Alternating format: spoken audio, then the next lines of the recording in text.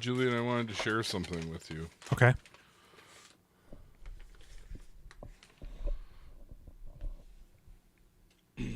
This picture, it says, F you, Dad. Ha ha ha. Stupid ass. Fuck you. Does it? Wow. Oh, my God. I'm Jason. And I'm Jules. And we doing filmographies. I read your hand. No. Coldblooded. Cold-blooded. Young hitman overseas in some places. It's cold-blooded, one word. Yeah, Jason Priestley.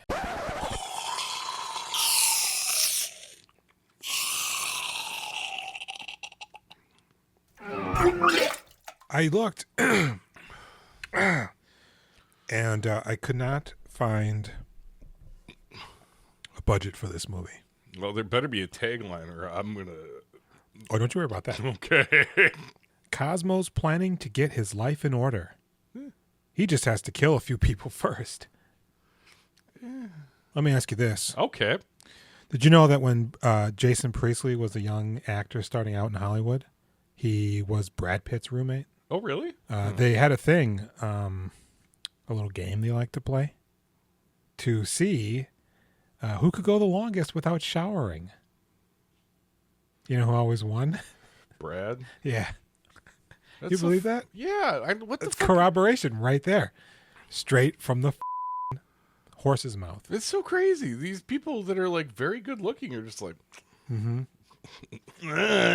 Yeah, Jason's like, looking back on that, I'm completely disgusted by it. But yeah. why don't you hit me with... Oh, this was produced by Michael J. Fox. Yeah. Why don't you hit me with that synopsis? Cold-blooded. Local bookmaker and all-around personality black hole Cosmo Reef, Jason Priestley, gets promoted to hitman by the new boss Gordon. Robert Loggia, partnered with veteran waxer Steve, Peter Riegert, Cosmo must learn the ropes or face death. When local prostitute Honey, Janine Garofalo, who specializes in geriatric johns in the elderly home Cosmo for some reason lives in the basement of, because it's quirky, suggests he try out yoga to relax, Cosmo meets Jasmine, Kimberly Williams Paisley, who has the best ass in the class. Cosmo begins to experience what could only generously be described as the inkling of human emotions. Did she marry Brad Paisley or something? Maybe. As luck would have it. Because that wasn't her last name at the time. No. Yeah. Cosmo is a bit of a cuffs when it comes to being a crack shot, although not so much when it comes to matters of the heart. And he must now contend with his desires to no longer kill, but instead love, but is also tasked by Gordon with killing Steve and becoming truly cold-blooded. I really like it. You always try to work the title in at the end. It takes some time. It's massaging. You've seen this movie? Before? Yeah. No. I You've never even never heard of seen it. this? No, hang on a second. Never even heard of it. Really? Yeah. And then when I saw the cover, I'm like, Michael J. Fox. That's interesting. This movie got hidden. It's like... It was not at the video stores when I would like try to rent it. I think I bought it. Rent it? I think I bought it off eBay because I wow. couldn't rent a copy when I was like Why? 17, maybe. I don't know. I just don't think anybody cared. But you really liked it, or you really No, I wanted wanted to to see it Okay. because it was a Hitman movie. I really liked Hitman movies at that time. I liked it. I have no memory of it. I eventually sold the VHS that I had, and I was thinking as the movie started, I was like, I think this might be a masterpiece. Maybe I should ask Jason Priestley, what happened? Mm-hmm. Why did this movie disappear? Clearly, it's a gem. Without burying the lead. It started, and I'm kind of like, I don't know about this. I was expecting it to maybe be a little bit more of an action movie. Oh, really? Because I didn't know anything going in, and he's holding a gun on the cover. Okay. And then I saw Michael J. Fox, and I'm like, oh, that's interesting. The name, right? 'Cause you Yeah, haven't seen the Cold-blooded. movie. Yeah. And so I'm like, nah, I'm not feeling this. And it was the music specifically that was undermining this film for me. I didn't have a problem with the music. So just whimsical when it needs to just lay in the cut. But there's a scene that happens kind of in the beginning of the second act, end of the first act, where the soundtrack is exactly what it needs to be. Uh-huh. It's very brief. We'll get there. But I'm like, oh, okay. And then it kind of gets a little bit better. And then the movie starts to kind of come into its sort of pace. And then I'm like, this is actually okay. And then... So the movie starts, and Jason Priestley, they mention he lives... Robert Loggia even says, like, he's still living in the basement of that place? Well, because now that this guy's dead, I'm not going to carry you like he was. Is that John Polito's dad? Go sleep it off somewhere else, Dusthead. So I thought, well, maybe he was watching over some old dude there, some maid guy. And they put him in the basement. But he's also answering the phone, and he's taking books. I don't know why they act like they're carrying him, because he's taking books. Yeah, he does a good job. He says he can remember everything on his own. He doesn't need a computer. And not only that, but as soon as he recognizes an issue, he mentions it. Yeah. Yeah, 320 or whatever, 340, 303, 302, 319. All about that 808s and 608s. He's starting to try to pay off his debt with new winnings, basically. You might want to keep an eye on that. Yeah. So you paid $14 for 2 of these? Yeah. That makes me so sad. They're like, look, you need to be a hitman now for some reason. I don't want the promotion. I like doing book. He's got to really... We should mention this right off the bat. This sort of has a Johnny Suede thing going on. Yeah. In that his character is so singular and not present. I thought we had something kind of special. Like you and my girlfriend. Cosmo, I like you. Of all the people that pay to have sex with me, I like you the best. But everything else around them is completely normal. He's maybe, I don't know, on the spectrum somehow.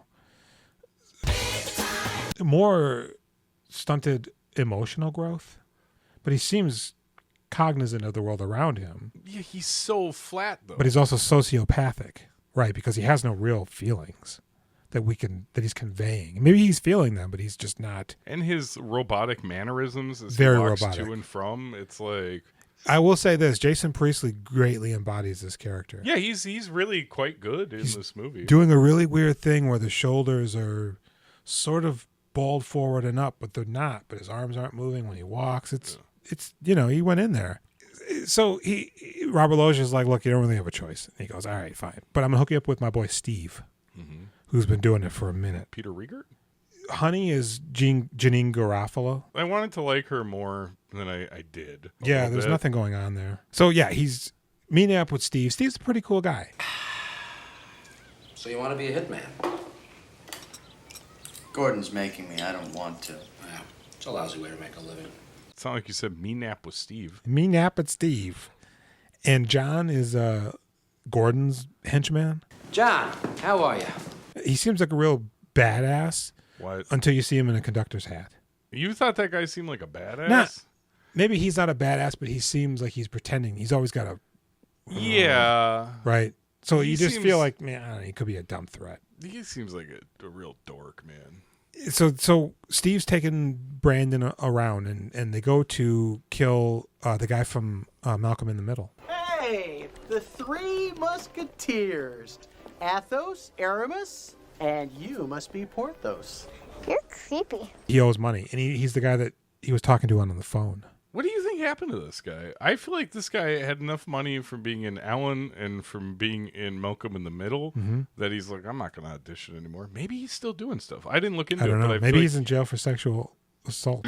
Oh, do you thinking about the subway guy?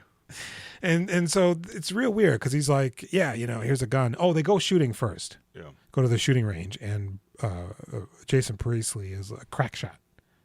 It's like, Is I that don't good? care. Good, all good. the bullets went in important spots. Is Yeah. that good? Spleen. How about the trachea? Elbow joint. Spine. So then they go kill the guy from Ellen. How could you walk into the Firefly, a bar that we own, and flash such a huge roll of bills and think we wouldn't be upset, Lance? Now cough up some dough and we'll just break your nose. They get money from him, $55,000, I think, even though he only owes like $33,000. I thought it was like 13 or 19. No, it's like $50,000. No, I think that he only owed like 13. No, he owes $33,000. Okay. And they kill him anyways. Yeah. And Steve goes, hey, you don't want to stand so close to him. Jason does butt him in the face, Because Peter Riegert tells him to. and they have a repartee. Yeah. after that. So he takes a couple steps back and he just smokes this dude. And they get the hell out of there. And Peter Riegert gives him a ton of cash. You know, he goes, look, we got $21K on top of the whatever he owed. So this is for you, and I'm taking some. Isn't this against the rules? We're going to get in trouble. He's like, look, there's 3 motherfuckers that were there. You, me, and the dead dickhead. Are you telling? He goes, no, that's cool. I will not tell on you, Peter Riegert. And then he doesn't want to have sex with Janine Garofalo anymore. You wanted the sack? No. Why isn't he super hard from killing? He's conflicted. Okay. He pays her money, though. Yeah, I don't like this. He always gives her money when she doesn't even do anything. Later on, she comes by and she's like, oh, you want a massage? He didn't ask her to come over. She showed up, and he's like, She said it was Mr. Jonathan's birthday, so she figured she'd stop down. just see how he's doing. Gives him a massage. He offers to pay her. I know, but she's like, okay. Of course. Because she's a... Person. You give her money. You give me $200 for giving you a rub down? Yeah, I'll take it. They call her a dumb whore. Of course not. Jesus Christ. Insert lots of clips of Julian referring to dumb whores. There are none. I don't know, man. When Darla shows up in True Romance. You want to take me to a kung fu movie? It's audio. There's no video clip. Oh, yeah, that's true. It'll just be a blank screen, and that's AI. You're right. I'm covered. They go to kill some Puerto Ricans or Guatemalans. I think they're Cubans. Colombians, 3 of them, maybe 4. These guys don't beg and they don't run. They shoot back. You got that, tough guy? Sure. Let's go. Jason Priestley just takes it upon himself to start the brouhaha. Well, no, Peter Riegert gives him he does something that is like, time to kill them. I don't think so, because Jason pulls him aside. Thank you very much. Gentlemen? Goosh, blah, blah, blah. And then Riegert gets fucking shot because he's, I figured, caught off guard. Guy gets the drop on Priestley, but his gun just keeps jamming, so Jason eventually kills him. He gets Riegert home, a doctor fixes him up, and Jason's like, he's going to be all right though, right? That guy gets real scared. He goes, yeah. I mean, he'll be fine. You're sure? Yes. Really. Honestly. And Riegert's now just kind of on, what would you call that? A sabbatical of sorts. Bed rest. So he starts going to yoga because Honey told him, hey, you should go to yoga after that massage. Get the pistol out, Julian. And he does the yoga, and he weeps afterwards. And we meet Randy. This is after his first murder? Yeah. Okay. You know Randy? Yeah, Josh Charles from such things as Sports Night. Yeah. The Good Wife. And Dead Poets Society. I knew you'd know that one. That's your movie. I think that's why I like Josh Charles. Yeah. It never occurred to me till I was watching this. I was like, oh, I bet you I was excited about him as time went on and I spotted him in things. I think it's because of Dead Poets Society. Mm-hmm. Same thing with Robert Sean Leonard. Yeah, from House, right? Yeah. And Tape. Yeah. Yeah, I'd be excited to Tape. see him. Yeah. And Kurtwood Smith. Uh-huh. I love My Dead Gay Son. Is that from that movie or is that something else? I love my dead gay son. Oh, so the yoga instructor's boyfriend's a douche rag. Nothing Do you have a clock in there? Do you have a clock in Yes, there? I have a clock. It doesn't You have matter a clock if in there's there? a clock in there. Use it. But she starts taking a little bit of a notice of Jason because he's weeping. Yeah, he's like in touch with his emotions. I mean, she's trying to comfort him. I guess. Yeah. A student of hers. Yeah. So, she's. And he's progressing. I mean, isn't that the first class? But he starts wearing clothes. Yeah, that she fit. makes suggestions and he shows up to him. Looks like he's going to play b-ball against Woody Harrelson and Wesley Snipes on the beach there. But He's got to get a sweat on in that class. I was thinking about him wearing that sweatshirt with the sweatpants. I was like, does he not like to be like a little bit cold? Is he trying to embrace? Is it like being hugged? Do you like to be warmed up? Because they seem like they're in a warm climate. yeah. Okay. So this is when the movie takes a turn for me What do you mean? In a good way? in a very good way. Okay. Because Jason Priestley comes out and he notices that Randy is yelling at, God, I forget her name. Kimberly Williams. Kimberly Williams. Yeah. I forget her name in the movie, though. I think she's Julia? that could be. Frances? I feel like she was in a handful of things and I had a crush on her at this point. She's very cute. Jasmine. Okay. Jasmine. Dude's just laying into her super, super hard. And he looks over at Jason, who's looking at him, and he's like, what's up, Bree? Fuck off. And Brandon's looking at him. All of a sudden, it cuts to Jason's standing directly next to him with his gun pointed at him, and there's just this droning sound. And I'm like, holy shit, this movie just got it right. Yay. 2 seconds and it's out. Yeah. And then he's in yoga doing his thing, and there's a pretty good guitar sound going on. Steve's on the mend, but he's a little like, Gordon doesn't call me. What up with that? He really wants Gordon to call him. He's like, he wishes. So then Jason Priestley gets dispatched to Michael J. Fox's house. Yeah. Him and his wife, they just got married a year ago, and they're wonderfully in love. Yep. They're both accountants for Gordon. And in fact, they just finished the books that very morning. Mm-hmm. Seems kind of odd. Never comes back up. No. And so Jason just shows up, and Michael J. is like, yeah, what up, homie? He's like, can I come in? And he goes, okay. So what up? I'm meeting Gordon in like 3 hours or whatever. And he goes, oh, I didn't know that. You guys seem really happy. Oh, We are. Honey. When did you have sex? And they're like, what? And he goes, I'm dating a girl. I don't know anything about vaginas. And he goes, okay, well, 3 dates. You know what I know about vaginas? You guys will appreciate this. In order to make love to a woman, like how you looked at my hands, you got to take your fingers, you jab them in there, and you peel it open. And then you got like 2 seconds, you can pop it in there real quick. I thought for a brief second That's how you do it. you were actually going to try to entertain and educate this audience with wisdom about sexuality. No, just sex. And instead, Yeah, crude. Rude, crude, not a control. he's got an attitude. I'm a 90s kid. I thought that was a race car. No. It's a can of soda or something. Yeah, with holes poked in it so you can smoke some weed. Is this how you do it? Uh-huh. So Jason Priestley is just like, oh, word. So what was it? What was it that Gordon wanted? Oh, yeah.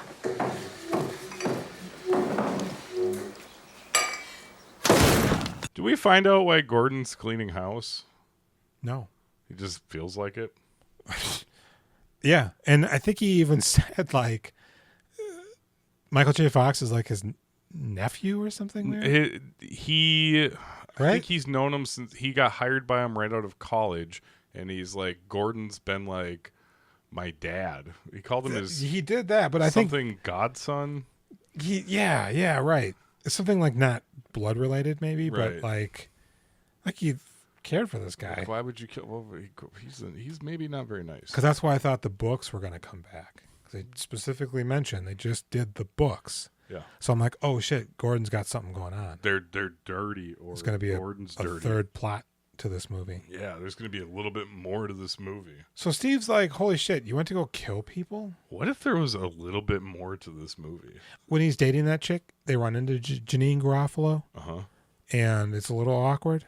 Yeah. And then it just doesn't, they end. Well, I feel like Jason Priestley panics. He's like, oh, shit. Yeah, because I thought he was going to think she recognizes her as a prostitute. That's my love machine. Or that she might be like, oh yeah, fuck him for money. Instead, she has sex with elderly men. She doesn't tell that lady that. No, but the lady goes, why was she dressed like that? Oh yeah, she's a nurse. That's awfully skimpy. Physical therapy. You did good, Jason. Both you and him. Yeah. But Gordon, when he comes to see him, that's when he gives him the money to kill Steve. Yeah. And then that's when he mentions to Steve that he just did a weird thing. I killed the accountant. What? You went out by yourself? Took me like a year to go out by myself. Oh. I'm Peter Riegert. This is how I sound. Because in the movie, some point earlier than this, Peter Riegert's going to kill a guy. Yeah, he's got the yips. And he drops his gun. What is the yips from? We already know what it is, don't we, Coach? Is he talking about Willis? Hey, you're not supposed to say that out loud. Which is why I wrote it down. Yeah, Peter Riegert's walking up on a guy. Yeah. And Steve's, Jesus Christ, I can't keep their names straight. Jason Priestley's like, this is daylight. Can we wait till it's dark? Why are we doing this during the day? And he goes, watch and learn, young blood.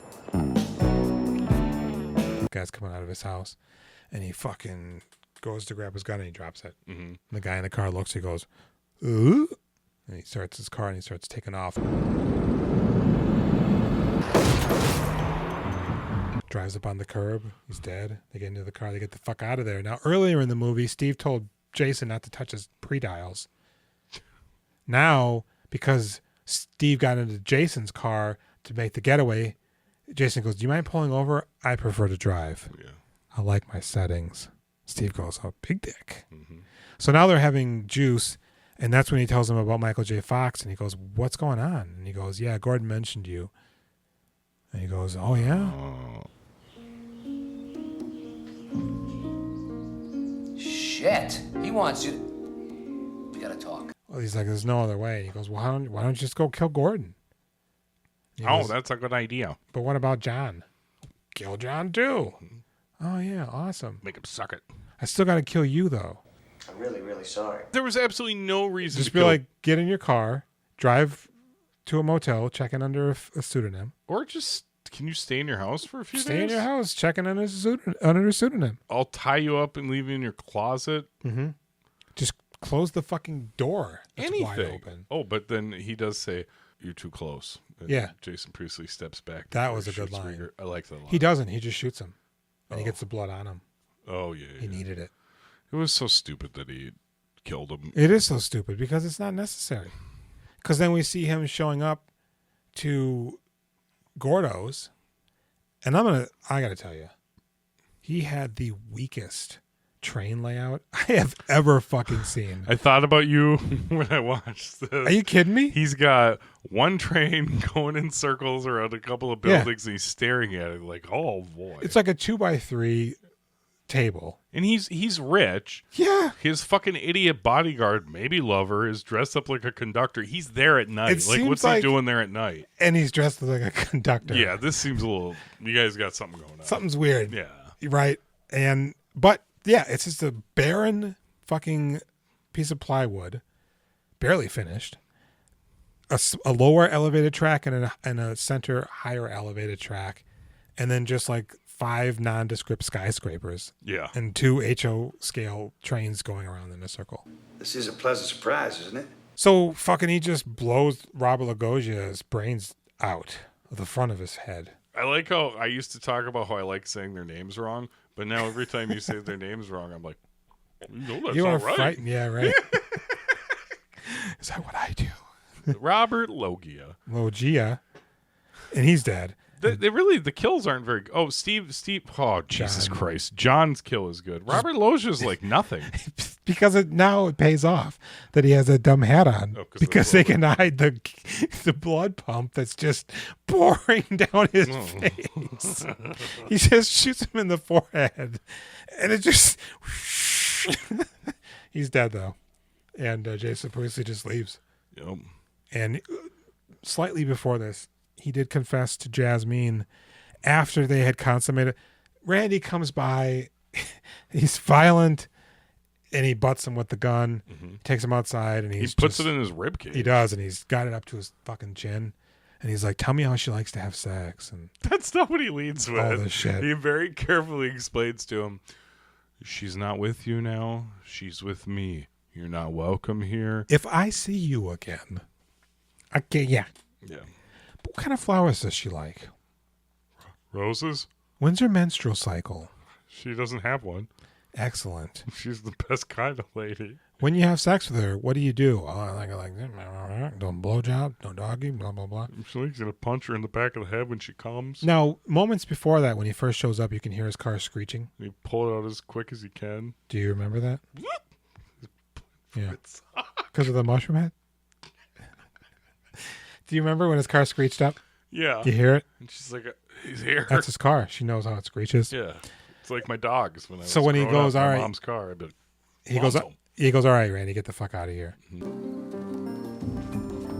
Randy runs down the block. Yeah. His car would be like literally right there. He's scared. He's got a bunch of turds in his underwear. underwear. You don't have to worry about it. He doesn't want him to It's not going to squish kill you. out He the just said, if I sides. see you again, I'll kill you. I would have been like, oh, shit, word. Later, guy. Do you want to hang out? Oh, fuck, we can't. You should kill me. Yeah. Call me. So, but he tells her, so they have sex. It kind of seems like for a brief moment, he actually is genuinely feeling things that are real. I mean, when she goes, I want you. God damn it. They keep about to go out, and he's such a dumb shit that he doesn't know how to respond. He doesn't have any ideas. And so she's like, well, let's just hang out. Okay. All the time. I'm like, don't Netflix and chill this soon. You need to go out a little bit. Show her a good time. Yeah. And you confuse her into loving you. Oh, yeah. She's right? like, this guy's special. Exactly. He likes to do things. And then before she knows it, he's not upset being around people. You're just playing Call of Duty all night. Right. And she's just like, oh, this is great. And you're like, it is, isn't it? Right? And then you take her ID and social security card. But, so he goes, oh, I got to tell you something. It's super important. We just had sex and it was magical, but I also am a murderer. I kill people for money. And she laughs, of course. Yeah. Because she goes, what, are you married? You gay? Yeah. They always go to gay. And he's like, no. Uh-huh. He seemed offended, though. I'm a murderer, though. And she goes, I think you should probably leave. Yeah. But he's like, but you said you love me. Mm-hmm. Yeah, before I had all the information. And now it's weird. Yeah, well, weird. You know? And so he leaves. And then he does all the things we talked about with the murdering. And then he comes back and he goes, oh, hey, I'm free now. I'm not going to kill anymore. Yeah. She's like, oh, but you killed people. And he's like, yeah. I mean, just now, yeah, I did that. But it's cool now, though.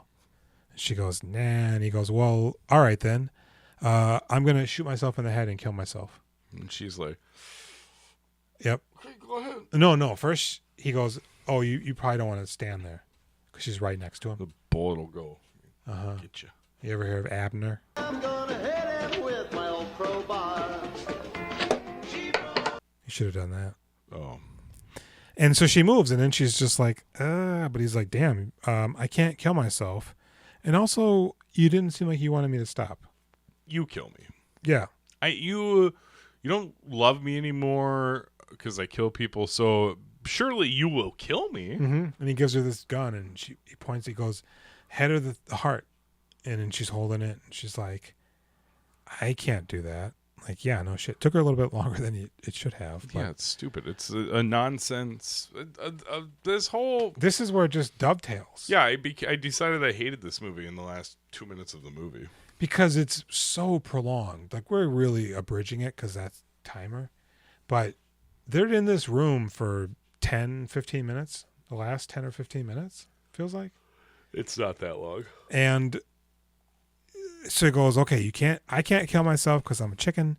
You can't kill me, which says something good. But also, I can't live without you. So I'm going to kill you, and then I'll commit suicide. And then he points the gun at her. You love me that much? So and then the movie abruptly ends. Yeah, they're in love now. And I don't know. This is She's awful. his hostage? Yeah, that's not real, man. She No. doesn't really love you. You were going to kill her. She should have just been like, you gotta go. I don't know. Yeah.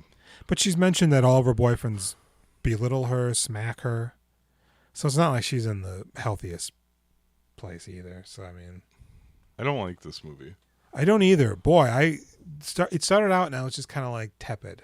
It felt like a lesser movie when it started. I was like, maybe it's I think this movie's kind of good though, right? And then at a certain point I was like, it's fine for a Hitman movie. It's like a little bit weird. It's enough to make it stand out a tiny bit. Mm-hmm. It gets kind of unwelcome towards the end, but then boy, those last few minutes, it's just like, nah. Yeah. I hate this. It's an absolute betrayal. So, we've ran out of time. What do you give this movie? I think I'm going to give it a 5. Oh, really?